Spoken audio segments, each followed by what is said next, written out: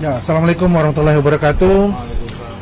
Salam sejahtera bagi kita semua. Terima kasih teman-teman jurnalis ya yang telah hadir di Polres Metro Jakarta Selatan dalam rangka penyampaian surat laporan kepolisian yang dilakukan oleh sahabat kita Taufik Bilfaqi atau Bill Offside mengenai yang kemarin ini sangat viral juga ya, sangat ramai tentang ijazah Roy Suryo S3 yang di Universitas Negeri Jakarta. Ini buntutnya ini. Ya, di situ. Jadi hari ini ada penyampaian surat laporan, kita melaporkan ada dua, RS dan Fanta FF ya. RS dan FF yang dilaporkan oleh saudara kita Taufik Bilfaqi untuk itu ya. Jadi teman-teman, nanti penjelasan akan diberikan langsung oleh Taufik Bilfaqi mengenai laporan terhadap dua orang tersebut ya di Polres Metro Jakarta Selatan. Silakan, Bang Bil. Ya. Terima kasih rekan-rekan media yang saya hormati. Assalamualaikum warahmatullahi wabarakatuh. Selamat sore, salam sejahtera bagi kita sekalian. Salam hormat saya Taufik Bilfaqi, founders dari Bang Bill Offside YouTube channel, sekaligus juga Ketua Harian YouTuber Nusantara dan Ketua Umum Gibranisti, didampingi oleh Kakanda Andi Azwan yang juga merupakan Ketua Umum Militan Gibran. Wah, kita dua-dua relawan tapi beda nasab kayaknya. Saya didampingi dengan kuasa hukum saya dari tim Merah Putih, tim hukum Merah Putih, Pak Suhadi yang hari ini diwakili oleh Mas Imam Mahdi, Sarjana Hukum, dan tentu juga ada kawan-kawan dari Gibranisti yang ikut mendampingi, dan tentu spesial juga saya ikut menjadi perwakilan dari komunitas YouTuber Nusantara. Di kesempatan hari ini intinya adalah ini bagian dari rangkaian atau buntut dari persoalan yang berkaitan dengan kekisruhan problem akademik atau pelanggaran akademik dari saudara RS ya.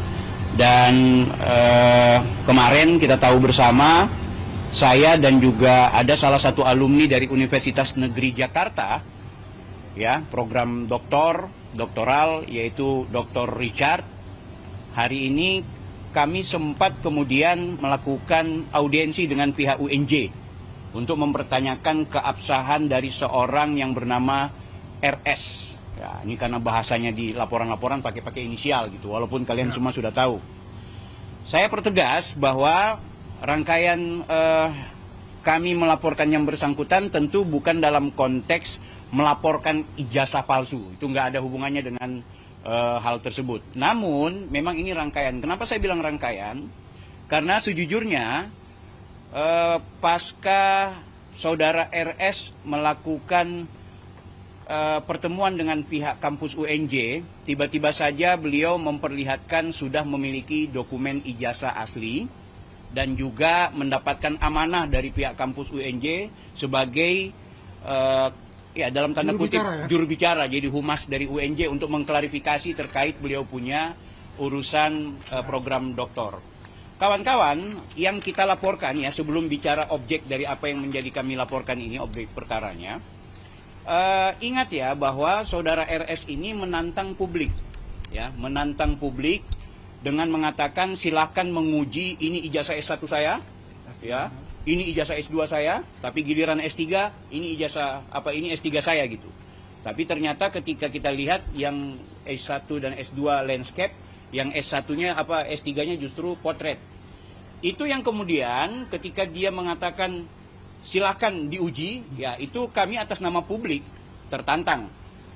Nah, secara kebetulan saya berkomunikasi dengan salah satu alumni dari program S3 yang bersangkutan, itu menemukan ternyata bukan S3-nya itu bukan ijazah yang dia perlihatkan. Ternyata yang dia perlihatkan cuma SKL. Tapi sekali lagi kita tidak bermaksud mau bilang bahwa yang bersangkutan pemilik ijazah palsu atau bukan doktor, tidak. Tapi kita mau mencocokkan karena yang bersangkutan ketika konferensi pers bicara soal ijazahnya Pak Jokowi. Ya kan? Ya, jadi konteksnya seharusnya kalau Anda perlihatkan ini ijazah S1, ini ijazah S2, ya S3-nya harus ijazah juga. Tapi ternyata yang diperlihatkan adalah SKL, surat keterangan lulus. Rasa penasaran ini kita lakukan penelusuran dan saya mendapat salah seorang narasumber alumni dari UNJ yang kemudian mengatakan sebenarnya yang bersangkutan ini ada masalah dalam konteks akademik, ya. Apa masalahnya di akademik? Yang ini harus saya klarifikasi. Ketika kemudian kami menemukan yang bersangkutan adalah seorang terpidana pada tahun 2022 yang inkrahnya di 2023, dia sebenarnya melanggar peraturan nomor 13, peraturan rektor nomor 13 tahun 2020. Yang sebelumnya peraturan rektor itu tahun 2018. Yang berkaitan tentang status mahasiswa. Ingat ya, status mahasiswa. Bukan pencabutan gelar. Ini yang salah tafsir dari teman-teman di UNJ, termasuk juga Roy Suryo yang mengatakan saya bebas karena yang dimaksud dengan pencabutan gelar itu harus terpidana luar biasa atau plagiat. Itu nggak ada hubungannya dengan yang saya gugat. Yang saya gugat atau saya pertanyakan hari ini kepada pihak UNJ kemarin adalah kenapa orang ini melanggar aturan rektor nomor 13 tahun 2020, itu kalau nggak salah pasal 14 atau pasal 15, di mana bunyi dari pasal itu, ya, mahasiswa UNJ dinyatakan gugur apabila kemudian ditemukan sebagai pelaku tindak pidana yang berkekuatan hukum tetap dari lembaga peradilan. Tidak dibilang tindak pidana luar biasa, tidak dibilang tindak pidana kecil. Pokoknya kalau sudah terpidana, intinya yang bersangkutan harus DO, harus gugur, ya. Nah, saudara RS ini benar lulus, benar kuliah, benar ujian dan diakui oleh UNJ sendiri karena kami langsung tabayun. Jadi kita nggak seperti teroris dulu yang datang ke UGM sambil rekam-rekam marah-marah sama rektor, marah-marah dan juga bikin konferensi pers yang luar biasa. Kita datang baik-baik, tabayun dan kita tanya. Bukan kita minta ini Anda melakukan pelanggaran dan lain-lain sebagainya harus dicabut. Enggak. Kita pun mengajak orang untuk petisi online, ayo kita dukung UNJ, mendesak UNJ agar mencabut gelar. Itu bukan, ya, itu bukan dalam konteks ketika kita belum bertemu UNJ. Justru rekomendasi untuk kita cabut itu kita merekomendasikan kepada UNJ setelah kita pertemuan dengan pihak kampus, di mana ada pimpinan kampus yang mengatakan bahwa ini akan kita evaluasi bila mungkin, dan bukan bila mungkin, mereka juga memastikan iya benar ini jelas-jelas dia harusnya kena pelanggaran ini, kan gitu, ada rekamannya gitu kan. Nah, ini yang menurut kami menarik. Artinya ketika ternyata UNJ sendiri mengakui ada problem, ya, ada kelalaian, bahkan kalau saya mau tegaskan, ada kelalaian sehingga meluluskan orang yang seharusnya DO, maka dengan ini kami begitu rasa percaya diri mengundang publik. Ayo publik, kita desak UNJ, bila mana kemudian mereka punya temuan dan itu temuan itu benar, yang bersangkutan adalah mahasiswa yang seharusnya DO tapi tidak di DO justru mendapatkan gelar doktor, maka bukan tidak mungkin direkomendasikan untuk lakukan pencabutan gelar, ya. Walaupun kita tahu mekanisme pencabutan gelar itu ada dua hal. Pertama, problem pelanggaran akademik berupa pelanggaran plagiat, kemudian juga ada karya ilmiah yang digandakan dan lain-lain sebagainya. Dan yang kedua adalah pelanggaran tindak pidana luar biasa. Kami tahu itu. Nah, itu peraturan rektor nomor 10 tahun 2019. Nah, itu yang dipakai oleh rektor. Makanya saya rasa lucu ketika RS kemarin konferensi pers, saya memang bersalah tindak pidana, tapi saya sebenarnya tidak bermasalah karena sah. Kenapa sah? Karena saya pidananya kecil, bukan pidana besar. Kalau pidana luar biasa itu seperti terorisme, korupsi, ya kan, dan juga tindak pidana luar biasa lainnya. Saya tidak seperti itu, sehingga itu saya dibilang sama rektor profesor-profesor saya sah, kan gitu. Nah, ini menurut saya bahaya juga kalau dia mewakili UNJ mengatakan itu. Jadi saya sarankan profesor-profesor yang ada di UNJ hati-hati gitu, karena kelalaian ini sudah mencederai hukum yang kalian buat sendiri. Ada yang menarik, Bang, bahwa peraturan rektor itu berlaku surut. Saya angkatan 2016, sementara peraturan itu 2018 dan 2020, saya tidak masuk. Ini bukan pedoman akademik, ini bukan persoalan teknis, ini persoalan peraturan rektor yang berlaku kepada seluruh mahasiswa seluruh angkatan. Jadi hati-hati kalau kemudian itu berbunyi dari UNJ sendiri. Makanya saya juga alhamdulillah sebelum ke Polresta saya sudah bersurat kepada pada Dikti, Kementerian Dikti, dan sudah di follow up sejak kemarin surat saya, dan juga begitu dari alumni juga sudah melakukan penyuratan yang kita tembuskan kepada Setwapres, kita tembuskan juga kepada pihak Istana Presiden sebagai atensi bahwa ternyata perguruan tinggi kita ini ada yang bermasalah. Silakan RS bisa menggunakan gelar doktornya itu, silakan bisa menggunakan gelarnya yang kemudian memberikan pencerahan kepada publik bahwa saya adalah peneliti, saya bisa melihat ijazahnya Jokowi itu 99,9%. Padahal di saat yang bersamaan Anda itu punya masalah secara akademik. Kan gitu. Di saat yang bersamaan Anda punya problem secara akademik dan Anda tidak jujur. Seharusnya ketika Anda tahu Anda sudah divonis, Anda dipidana, Anda melapor. Kalaupun UNJ masih mau meneruskan, seharusnya UNJ bikin ya peraturan rektor baru kah? Khusus RS, nggak apa-apa dipidana, boleh lulus. Harus ada surat tertulis, jangan cuma sekedar bunyi-bunyi begitu, karena fakta-fakta itu akhirnya terbongkar ketika kami ke UNJ kemarin. Nah, atas dasar itu, ternyata Bung RS ini kemudian tiba-tiba datang ke kampus UNJ. Untuk mengambil ijazahnya. Jadi selama ini kalau kita bilang Roy Suryo, tahun itu tidak punya ijazah. Ya, jadi kalau saya bilang RS ini ternyata adalah gajah, nggak punya ijazah S3 itu, ya sama, ya kan? Wajar, karena memang sebelumnya dia tidak punya ijazah.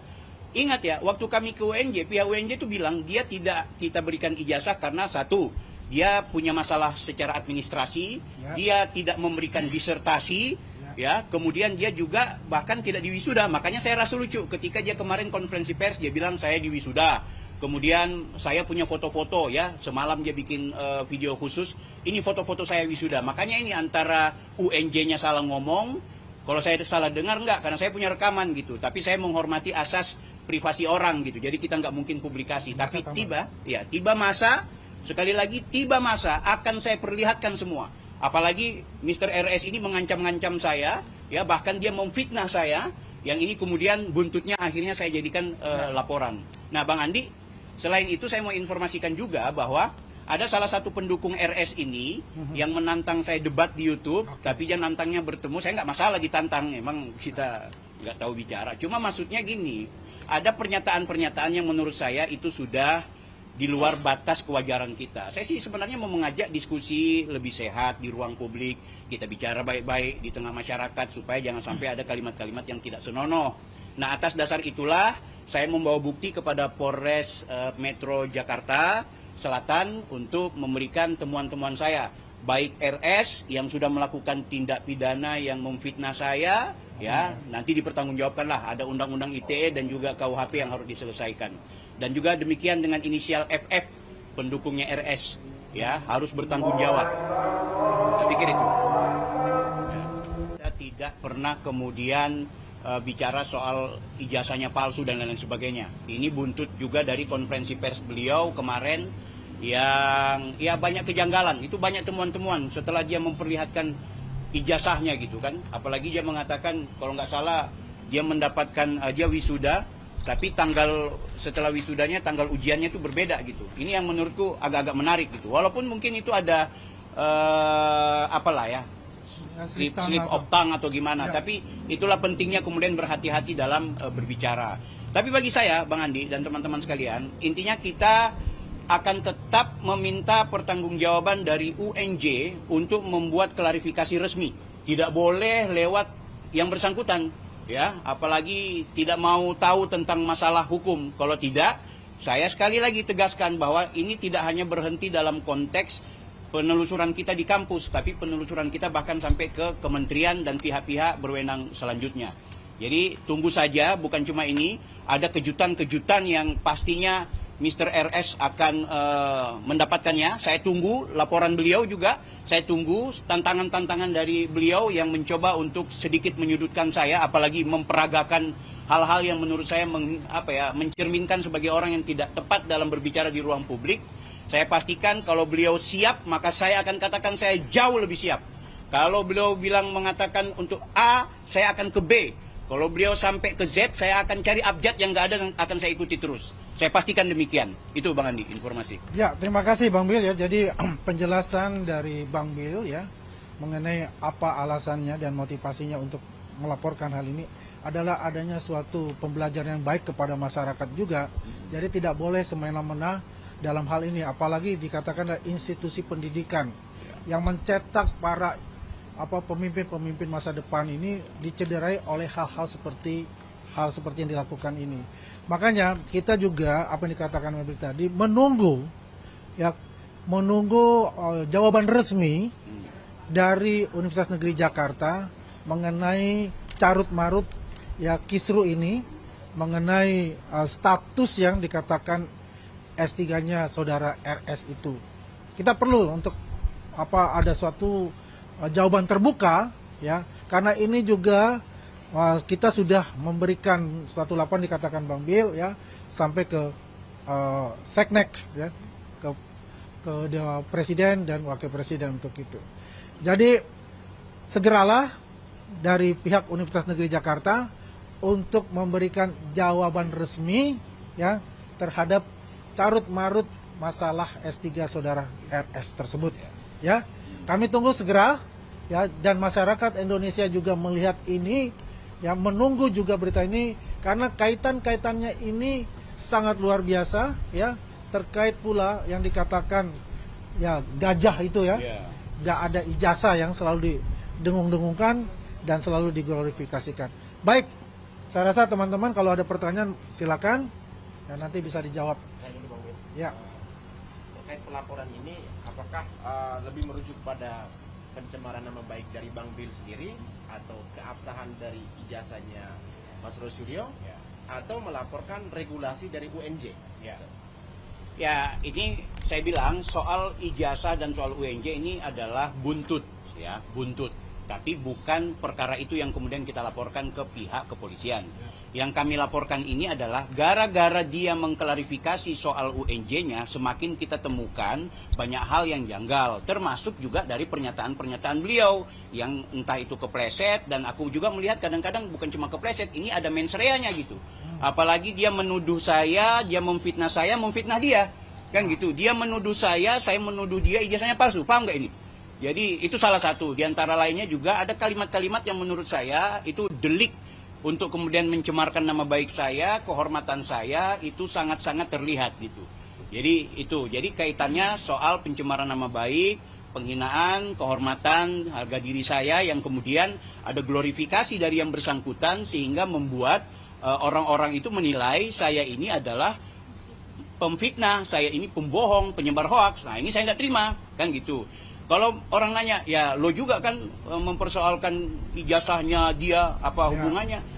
Kawan-kawan, saya ini punya legal standing. Satu, legal standing ya dari dia sendiri ketika dia memperkenalkan, dia memperlihatkan, dan dia menantang publik. Ya sebagai publik, saya tertantang. Yang kedua, jangan lupa, dia ini menguras energi publik untuk mempercayai yang bersangkutan bahwa dia adalah seorang ahli, seorang doktor, yang seolah-olah bersih, tidak ada masalah akademik, yang kemudian menilai orang lain sebagai pemilik ijazah palsu, menguras kita jadi terpolarisasi. Anda konflik dengan saya karena Anda berbeda pilihan politik, tapi karena Anda menemukan yang bersangkutan sebagai pakar telematika sudah menemukan ijazah si Presiden ke-7 itu 99%, akhirnya Anda percaya hanya karena yang pertama Anda percaya gara-gara pikirannya, yang kedua gara-gara dia S3 juga, dan dia mengaku bahwa dia ada ijazah padahal tidak ada ijazah. Loh, Bill kemarin dia perlihatkan, ya baru kemarin gara-gara ada kisru. Jadi saya juga mau bilang ke yang bersangkutan, lo berterima kasih sama gue. Kalau kita nggak persoalkan ini, bisa saja lo nggak akan dapat ijazah terus-menerus gitu, karena ada masalah.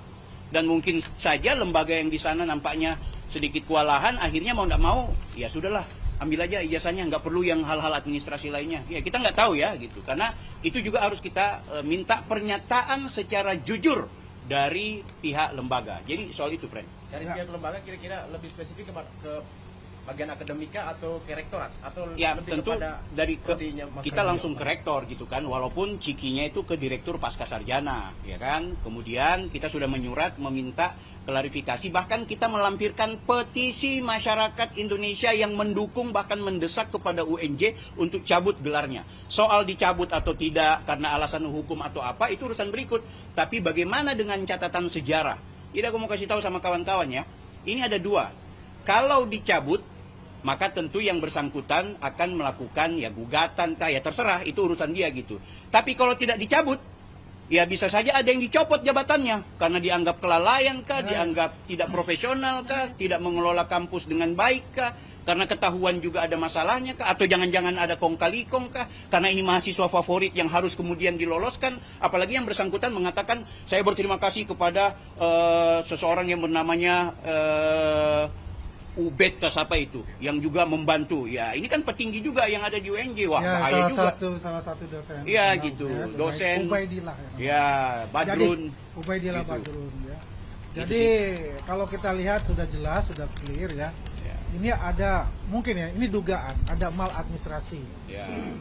Maladministrasi yang terjadi di UNJ sehingga proses ini didiamkan akhirnya cukup lama dan tidak menyangka bahwa ini ada suatu isu yang cukup santer juga kan, karena melibatkan seseorang yang luar biasa menguras energi masyarakat Indonesia dengan kasus ijazah asli Pak Jokowi yang dituduh palsu itu, yang merupakan seorang tersangka yang sebentar lagi kemungkinan akan menjadi terdakwa. Jadi untuk clear and clean ya, kita meminta kepada Universitas Negeri Jakarta ya untuk memberikan keterangan resmi, Ya. keterangan resmi mengenai permasalahan atau carut marut atau maladministrasi yang masih dugaan saya ini, untuk diklirkan kepada publik, kepada masyarakat Indonesia. Dan ini juga nantinya ada pembelajaran kepada seluruh institusi pendidikan baik negeri maupun swasta, bahwa ini jangan ada lagi jurisprudensi ya seperti hal ini yang terjadi di kemudian hari. Itu aja dari kita. Bang, mungkin ada pertemuan nanti kan artinya dari pihaknya sebenarnya ada statement substansi, ada yang disampaikan dari Singapura sendiri, mungkin apa alasan dari mereka sehingga Roy Suryo bisa mendapatkan ijazahnya? Ya, alasan yang paling sederhana sih memang cuma perkara misinformasi sih, menurutnya seperti itu. Karena mereka merasa tidak ada putusan Mahkamah Agung yang dikirimkan ke pihak kampus. Tapi ini kan lucu ya, tidak mungkin lah. Mana ada KMA akan mengirim ke kampus-kampus. Karena si RS ini adalah mahasiswa di situ, maka ini salinan putusannya. Itu nggak mungkin. Tapi intinya sebenarnya ada sikap kooperatif dari pihak kampus UNJ. Makanya saya rasa lucu ketika yang bersangkutan konferensi pers kemarin memperlihatkan bagaimana seolah-olah ada semacam pengecualian, ada semacam sesuatu yang khusus buat RS sehingga mendapatkan ijazahnya. Maka menurut saya udah berubah nih, ya kan? Udah berubah pernyataan. Tadinya saya juga bilang saya tidak akan rekam video. Saya bertanya loh. Ingat ya, saya mau kasih tahu sama teman-teman di PMJ di UNJ. Saya mau kasih tahu, kalau saya mau menggunakan hak saya sebagai publik, mereka tidak boleh melarang saya untuk mendokumentasikan semua pembicaraan. Oke? Tapi karena kita menghormati, karena mereka ini kan pejabat publik gitu kan, kita menghormati saja, tapi kita minta izin, kita pastikan kita juga ada rekaman, tapi sifatnya bukan rekam untuk dilakukan publikasi, melainkan rekam proses. Ini penting teman-teman. Jadi kalau kemudian nanti saya kan diancam nih, mau dilapor karena soal fitnah apa semua, saya punya bukti-bukti secara konkret yang akan saya perlihatkan di kepolisian, ya, termasuk argumentasi kita.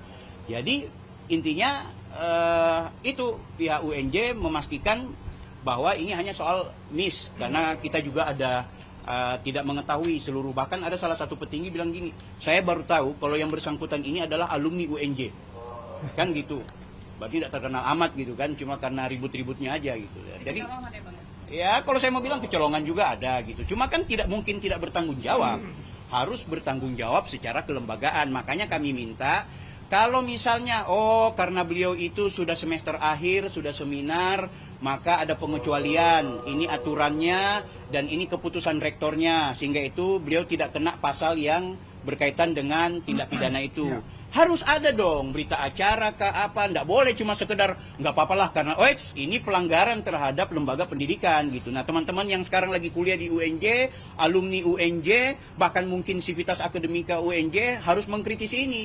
Karena saya pun berhak mengkritisi karena saya membayar pajak, yang pajak saya itu juga ada pajak bangunan di pembangunan yang ada di UNJ, pajak bangunan. Kan gitu. Bang, Ya. laporan itu boleh dipertegas hanya kepada Roy Suryo saja kah atau ada pihak lain? Karena tadi Bang Ya, menyampaikan ada dua terlapor ya, dua terlapor. Boleh dibacakan pasal Ya, Bang? Ini ada nama atas nama saudara RS, ya, tindak pidana kejahatan informasi dan transaksi elektronik, Undang-Undang Nomor 1. Ini bukan pasal seludupan ya, ini memang saya datang melapor dan saya didampingi sama. Tapi soal itu nanti kuasa hukum saya yang akan bilang soal mekanisme tadi seperti apa. Tapi intinya ada dua nama. Yang satu adalah RS, yang satu FF. FF ini pendukung garis kerasnya RS, kan gitu. Jadi sama-sama suka minum es, kan gitu. Mungkin kalau soal itu. Kalau lihat video dia kemarin, saya juga lihat dia menunjukkan ada watermark, ada foto dia dengan gelar dia. Kepercayaan abang ada nggak metode juga gitu? Apa? Tidak apa-apa, itu ijazah asli. UNJ menegaskan yang bersangkutan lulus secara akademik, ya, sah. Jadi sudah ikut ujian, benar, sudah ikut, semua sama. Ijazahnya asli, cuma waktu itu dia tidak ada ijazah. Makanya kami pertanyakan, RS ini nggak punya ijazah. Nanti gara-gara kasus ini yang bersangkutan buru-buru datang ke kampus untuk mendapatkan ijazahnya. Kampus yang tadinya menahan karena ada masalah administrasi. Mungkin juga kampus sudah melihat bahwa situasi sudah seperti ini, udah kasih aja gitu. Yang kedua, disertasi. Disertasi yang bersangkutan tidak pernah ada di repository library online miliknya UNJ. Nggak pernah ada. Kami bahkan punya jejak digital melakukan penuturan. Nggak ada. Tanggal 13 tiba-tiba muncul setelah kita pulang dari setelah keributan-keributan inilah. Ini kan lucu gitu. Makanya udah ketahuan, bahkan PDF-nya baru dibuat dan lain-lain sebagainya. Entah ini kesalahan dari pihak kampus atau memang kesalahan dari yang bersangkutan. Kan gitu. Bang, terakhir Bang, konsekuensi hukumnya pasca dilakukan UNJ ini mengklarifikasi bahwa ternyata memang ada kelalaian seperti yang Anda sampaikan. Apa konsekuensi hukumnya? Mungkin juga tadi ada beberapa hal yang membuat Anda sakit hati karena sepak bola pasca misalkan nanti UNJ menyatakan bahwa tidak sah ini. Iya, saya mendorong, saya mendesak bersama dengan teman-teman YouTuber Nusantara, teman-teman Gibran Isti, dan bahkan ada elemen masyarakat yang juga ikut memberikan opininya lewat petisi. Petisi itu opini ya, itu hak demokrasi. Walaupun secara prosedur, secara aturan pencabutan. Jadi kita mendesak agar dicabut gelarnya gitu. Walaupun pencabutan itu berdasarkan peraturan rektor tahun 2019 nomor 10 hanya bisa dilakukan kalau ada plagiat, ya, ada copy paste dari tesis lain atau disertasi lain, ada kemudian pelanggaran karya ilmiah lainnya, karya tulis lainnya. Yang kedua adalah soal pelanggaran tindak pidana luar biasa. Oke, kita maklumi itu. Tapi ingat, ketika, ini bahkan wakil rektor tuh bilang sama kami begini, ingat ya, ketika kami mau wisuda atau kami menyerahkan ijazah, ada aturan atau semacam berita acara yang dibacakan bahwa gelar atau pemberian gelar akademik ini sewaktu-waktu bisa kita cabut, sewaktu-waktu bisa kita tarik bila kemudian ada hal yang kemudian memungkinkan. Nah, bagi saya ini memungkinkan. Apalagi yang bersangkutan terlalu berlebihan. Kemarin waktu konferensi pers hampir nangis gara-gara merasa berjuang. Lo bayangkan Pak Jokowi lo hina-hina dengan bahasa-bahasa lo yang luar biasa. Tapi beliau tetap tabah. Yang sebentar lagi akan ikut persidangan yang sebenarnya nggak pantas. Tapi beliau tunjukkan sikap gitu. Jadi kita berharap konsekuensi hukum yang harus dia pertanggungjawabkan ya pencabutan gelar. Nah, dalam konteks laporan saya ini adalah pertanggungjawaban. Kalau memang ini memenuhi unsur untuk pidana yang kemudian dilanjutkan sampai ke persidangan, ya lakukan itu. Itu tuntutan kita gitu. Kita berharap demikian gitu. Soal pasal-pasal dan lain-lain sebagainya saya serahkan ke kuasa hukum. Silakan, Bang Mahdi. Baik, terima kasih sebelumnya. Selamat sore rekan-rekan. Saya mewakili dari kuasa hukum Pak Sohadi. Saya sendiri selaku Imam Mahdi, mewakili dari tim hukum Merah Putih yang sebagaimana mendampingi Bang Billy selaku pelapor terhadap saudara RS dan FF ini, yang dimana kita duga telah melakukan sebuah perbuatan yang kurang mengenakan dicontoh pada masyarakat.